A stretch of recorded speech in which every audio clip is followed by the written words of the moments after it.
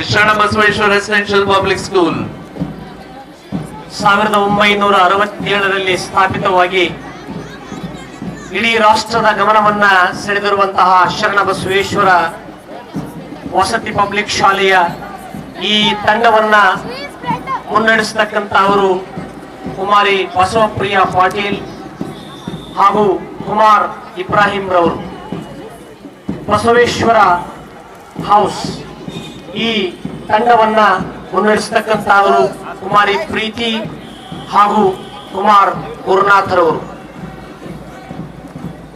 ಮಹಾದಾಸೋಹಿ ಪೂಜ್ಯ ದೊಡ್ಡಪ್ಪ ಅಪ್ಪ ಹೌಸ್ ಈ ತಂಡವನ್ನ ಮುನ್ನಡೆಸಿಕೊಂಡು ಹೋಗತಕ್ಕಂತಹ ವಿದ್ಯಾರ್ಥಿ ಮುಖಂಡರು ಕುಮಾರಿ ವೈಷ್ಣವಿ ಹಾಗೂ ಕುಮಾರ್ ಕವಿರಾಜರವರು.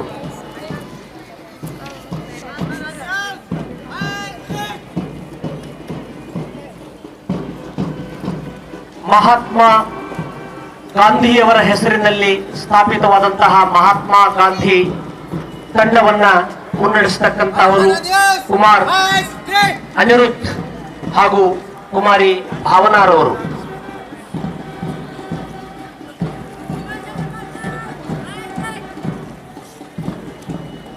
ದೇಶದ ಸ್ವತಂತ್ರಕ್ಕಾಗಿ